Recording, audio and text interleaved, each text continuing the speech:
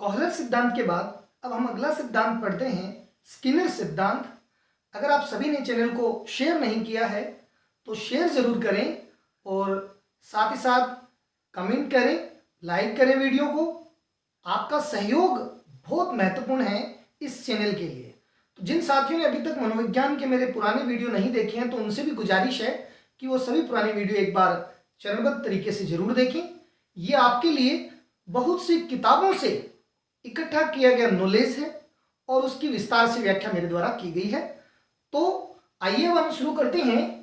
सिद्धांत है स्किनर का, जिसका नाम है क्रिया प्रसूत का सिद्धांत। स्किनर ये कहते हैं कि क्रिया का निर्माण होता है, इसलिए यह नाम रखा गया कि क्रिया का जन्म होना, क्रिया प्रसूत सिद्धांत। नैमित्तिक अनुक्रिया सिद्धांत। नैमित्तिक का मतलब होता है किसी कारण से, किसी कारणवश हम कार्य करते हैं, हमारा व्यवहार किसी कारण से जुड़ा होता है। नैमित्तिक अनुक्रिया सिद्धांत। कार्यात्मक प्रतिबद्धता, किसी कार्य को करने के लिए प्रतिबद्ध करना किसी व्यक्ति को। आगे RS थ्योरी। तो आप सभी ने देखा होगा कि अभी तक जो थ्योरियां चल रही थी वो SR थ्योरी थी, लेकिन ध्यान रखना है स्किनर के सिद्धांत को कहते हैं RS थ्योरी, यानी कि R रिस्पॉन्स स्टिमुल्स। रिस्पॉन्स और स्टिमुल्स हमेशा उल्टा होता है, SR थ्योरी होता है, लेकिन ये R थ्योरी है, अपने को ध्यान रखना है। तो यहाँ पे पावलोव का सिद्धांत तो है S थ्योरी और ये वाला कैसी थ्योरी है, R थ्योरी। ध्यान रखेंगे।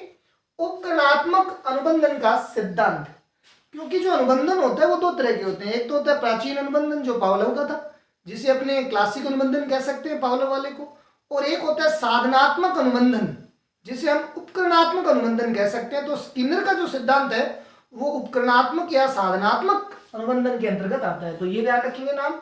रिक्त प्राणी उपागम सिद्धांत, ये ध्यान रखेंगे, यानी कि R और S बॉन्ड।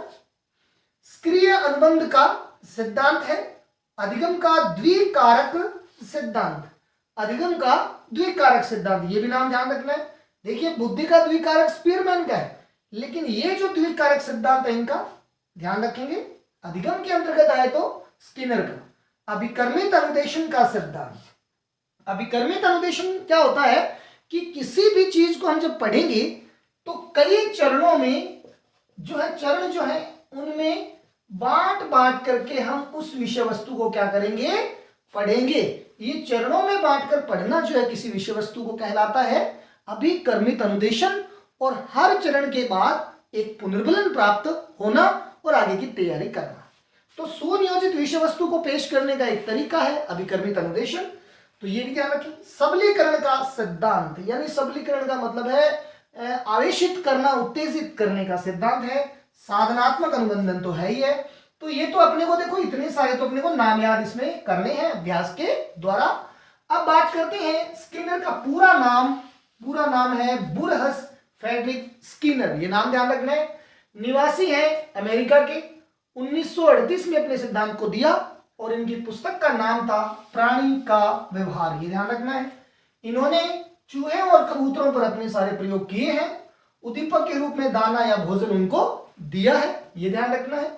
विशेष बात करें तो ये अभिकर्मित अनुदेशन के जनक माने जाते हैं, ये ध्यान देना है हमें।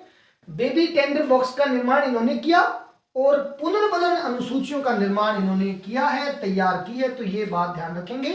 तो सबसे ज्यादा ऐसा सिद्धांत अधिगम का जो पुनर्बलन के महत्व को रेखांकित करता है और सीखने की सही परिभाषा, सीखने में पुनर्बलन के प्रभाव को रेखांकित करता है, वो वाला ये सिद्धांत अपने को ध्यान रखना है। आइए पढ़ते हम सिद्धांत का अर्थ क्या है, सिद्धांत क्या कहना चाह रहा है। सिद्धांत कह रहा है कि अभिप्रेरणा से जो उत्पन्न क्रियाशीलता होती है वो सीखने के लिए उत्तरदायी होती है। तो आदमी जो अभिप्रेरित होता है किसी चीज को करने के लिए, आखिरकार हमारे को किसी चीज को करने के लिए कोई न कोई एक लक्ष्य, एक उद्देश्य हो जिससे हम प्रेरित होकर के कार्य करें। बिना लक्ष्य उद्देश्य के, बिना प्रेरणा के कोई कार्य संभव नहीं है, ऐसा इनका मानना है। तो अभिप्रेरणा से उत्पन्न क्रियाशीलता सीखने के लिए उत्तरदायी होती है और प्राणी का व्यवहार स्वैच्छिक होता है। हर व्यक्ति जो है व्यवहार करता है, ये उसका स्वभाव है, लेकिन इस व्यवहार को यदि हम किसी पुनर्बलन के साथ जोड़ेंगे तो ऐसी स्थिति में उस व्यवहार के बार बार घटित होने की, उसके पुनरावृत्ति होने की संभावना बढ़ जाती है। तो व्यवहार को हमें किसी पुनर्बलन से जोड़ना होगा। जब हम जोड़ देंगे तो ऐसी स्थिति में वो व्यवहार बार बार घटित होगा और हम उस चीज को सीख जाएंगे। उदाहरण के लिए आप मान लीजिए आपने टारगेट ले लिया कि मुझे 10 पेज पढ़ने के बाद एक शानदार सी कॉफी या चाय बना के पीनी है। तो जब मैं 10 पेज पूरे कर लूंगा, अभ्यास कर लूंगा, उनको समझ लूंगा, उसके बाद एक शानदार कॉफी में बनाकर पीऊंगा या चाय बना के पीऊंगा। तो आप उस कॉफी, उस चाय के प्रभाव से आकर्षित होकर के और अपने 10 पेजों को शानदार तरीके से करें। जब आपकी पूरी अनुक्रिया घटित हो जाए, आप 10 पेज पढ़ लें, उसके बाद एक शानदार कॉफी बनाकर आप पिए और पुनः अपने टारगेट पर लग जाएं और एक नया लक्ष्य, एक नया गोल लीजिए और एक नया पुनर्बलन अपना स्थापित कीजिए। इस बार टारगेट लीजिए 10 से 12 पेज बढ़ा दीजिए कि 12 पेज मेरा टारगेट है, उसके बाद मैं पुनर्बलन को प्राप्त करूंगा। तो ऐसे चरणबद्ध तरीके से जब हम सीखते हैं, किसी पुनर्बलन के आवेश में रह करके सीखते हैं, तो वो क्रिया बार बार घटित होती है।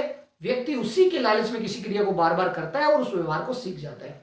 आप लोगों ने देखा होगा, ये कहते हैं, स्किनर क्या कहते हैं कि पहले अनुक्रिया करवाइए, पहले काम करवाइए, है ना। जब अनुक्रिया घटित हो जाएगी उसके बाद हमें पुनर्बलन देना होगा। ये पुनर्बलन उस अनुक्रिया के घटित होने के बाद दिया जाएगा।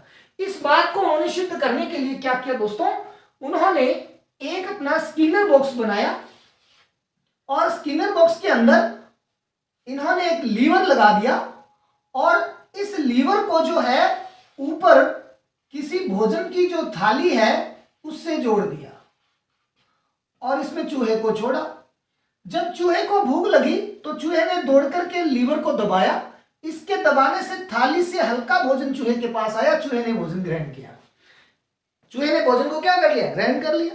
चूहा फिर से घूमा, उसने लीवर को दबाया, ऊपर से हल्का भोजन आ गया। चूहे के द्वारा लीवर को दबाना एक अनुक्रिया थी, एक कार्य था। इस व्यवहार को, इस अनुक्रिया को, इस कार्य को इस भोजन से जुड़ा हुआ था। जैसे ही हल्का भोजन चूहे को प्राप्त हुआ, चूहे ने पुनः इस क्रिया को दोहराना शुरू किया। तो यह अनुक्रिया जो है, करने की जो घटना थी, इसको दबाना, इस लीवर को दबाना, धीरे धीरे इस भोजन से शक्ति मिली, है ना। इस भोजन पुनर्बलन से शक्ति मिली और इस लीवर दबाने की जो अनुक्रिया थी, इसको धीरे धीरे इस व्यवहार को क्या कर लिया, सीख लिया इस चूहे ने। तो पहले ये कार्य किया, उसके बाद पुनर्बलन दिया गया। तो स्किनर कहते हैं कि जब कोई अनुक्रिया करवानी हो तो उसको किसी स्ट्रॉन्ग, मजबूत पुनर्बलन से आप जोड़ दीजिए। जैसे अनुक्रिया घटित हो, पुनर्बलन दीजिए, उस अनुक्रिया की बार बार आवृत्ति कीजिए। तो मैं कहता हूं वो व्यवहार, वो व्यक्ति जरूर सीख जाएगा। आपने देखा होगा कि हम खूब जीवन में मेहनत करते हैं और मेहनत जब करते हैं, पढ़ाई करते हैं, उसके बाद हमारी परीक्षाएं आयोजित होती हैं। परीक्षा आयोजित होने के बाद हमारी अंकतालिकाएं बनती हैं। तो अंकतालिकाएं प्राप्त करने के लिए पहले हम क्या करते हैं, क्रिया करते हैं, मेहनत करते हैं, उसके बाद अंकतालिकाएं मिलती हैं। तो आइए देखिए, ये जो अंकतालिकाओं का मिलने का जो सिलसिला है, ये सिलसिला सारा का सारा कौन से सिद्धांत पर बेस्ड है, तो हम कहेंगे स्किनर सिद्धांत पर बेस्ड है ना। क्योंकि पहले हमें काम करना पड़ता है, पहले हमें परीक्षाएं देनी पड़ती है, उसकी तैयारी करनी पड़ती है, उनको याद करना पड़ता है, फिर हमें प्रमाण पत्र मिलता है। उसके बाद फिर अगला कोर्स स्टार्ट हो जाता है, अगले कोर्स की हम तैयारी करते हैं, फिर हमें अगला प्रमाण पत्र मिलता है। तो ये पूरा का पूरा जो है एक सिस्टम में, एक व्यवस्थित, एक नियोजित रूप में हमारे सामने क्रिया होती है। तो हम जीवन के जितने भी व्यवहार हैं, यदि इसी प्रकार नियोजित करेंगे तो हम ज्यादा बेटर उस चीज को सीख सकते हैं, ऐसा मानना है बुरहस फ्रेडरिक स्किनर का। ये ध्यान रखें। आइए इस सिद्धांत की मुख्य बातें क्या क्या है वो देखते हैं। सबसे पहले ये कहता है कि कोई भी काम दो आप, तो वो कार्य पूरी तरह से नियोजित, व्यवस्थित होना चाहिए, ये ध्यान रखें। फिर उन्होंने कहा शब्द भंडार में वृद्धि अगर करनी हो तो आप इस सिद्धांत से कर सकते हैं। बच्चों को बहुत सारे शब्द सिखाने हैं तो साधारण सी बात है कि उनके छोटे छोटे शब्द देकर के, उसके बाद छोटे छोटे पदों में देकर के उनको बार बार पुनर्बलन दीजिए और बच्चे नए नए शब्द सीखते रहेंगे। मान लीजिए बच्चों को 20 शब्द आपने दिए हैं और उनको कहा गया कि ये याद कीजिए।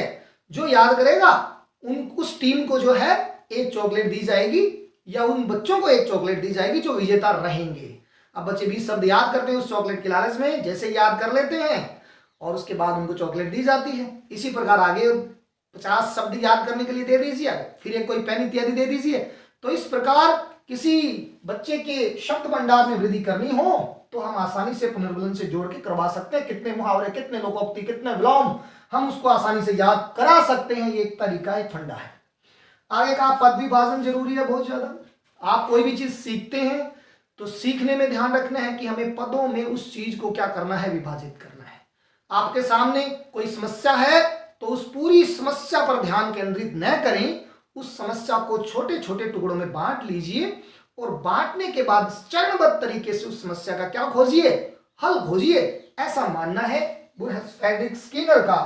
तो पद विभाजन को महत्व देता है स्किनर का सिद्धांत।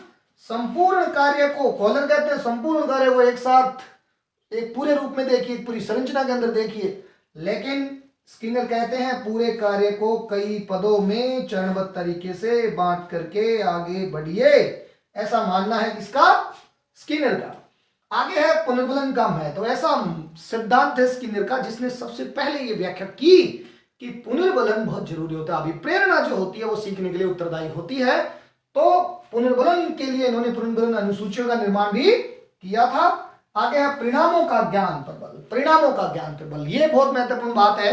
ये कहते हैं जब भी आप पढ़ा रहे हैं तो धीरे धीरे, मतलब कि बच्चों ने कितना सीखा है, क्या किया है, उसके परिणामों का ज्ञान बच्चों को जरूर करवाइए।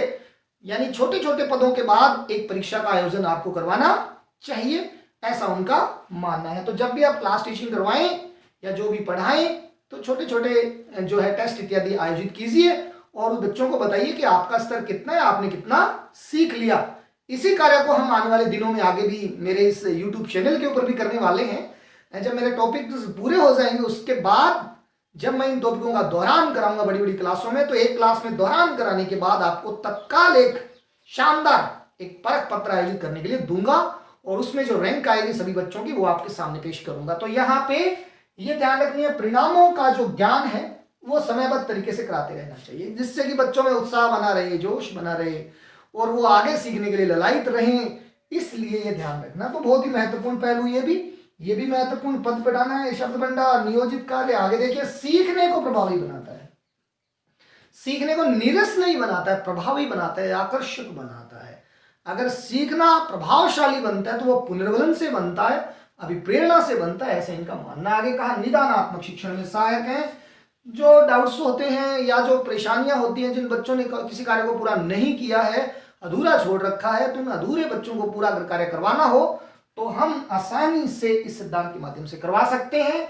ये कहता है कि पुनर्बलन जब दिया जाएगा बच्चे को तो वो तत्काल दिया होना चाहिए। तो आपने देखा होगा कि पुनर्बलन जब दिया जाए तो ऐसे नहीं कि आज अगर कोई चीज मिली है तो वो 10 दिन बाद पुनर्बलन उसे मिल रहा है, ऐसा नहीं होना चाहिए। जैसे ही क्रिया घटित हो चुकी है उसके तत्काल बाद उसे पुनर्बलन देना चाहिए, ऐसा स्किनर का मानना है।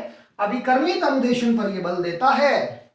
अभिकर्मित अनुदेशन आप जानते हैं कि कंप्यूटर जो होता है पूरा का पूरा अभिकर्मित अनुदेशन पर आधारित है। आपने देखा होगा गेम आप खेलते हैं तो एक स्टेज पार होने के बाद अंत में क्या होती है कि तालियां, क्लैपिंग या आपके लिए बहुत ही ज्यादा अच्छा लोगो वगैरह लगा होता है और आपको कांग्रेचुलेशन शब्द आते हैं, तो वो एक पुनर्बलन होते हैं कि आपने एक स्टेज पार कर लिया, आपको बधाई, अब अगले पेज पे चलिए।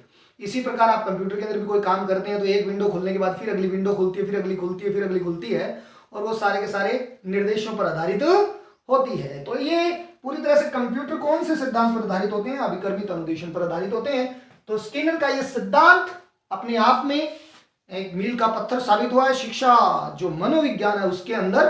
तो आप सभी इस पूरे सिद्धांत को सावधानी से पढ़िए, पूरा उपनाम पढ़िए, अर्थ पढ़िए और बुरहस फ्रेडरिक का थोड़ा परिचय पढ़िए और शिक्षा के क्षेत्र में इसका क्या योगदान है वो भी अच्छी तरह से तैयार कर लीजिए। इससे प्रश्न आने की पूरी संभावनाएं एग्जाम में रहती है। तो थैंक यू वीडियो देखने के लिए। ज्यादा से ज्यादा शेयर कीजिए, दोस्तों को बताइए और चैनल पर लाइए बच्चों को और जोड़िए ताकि ज्यादा से ज्यादा मेरे बच्चे इस चीज को सीख सके। धन्यवाद, थैंक यू।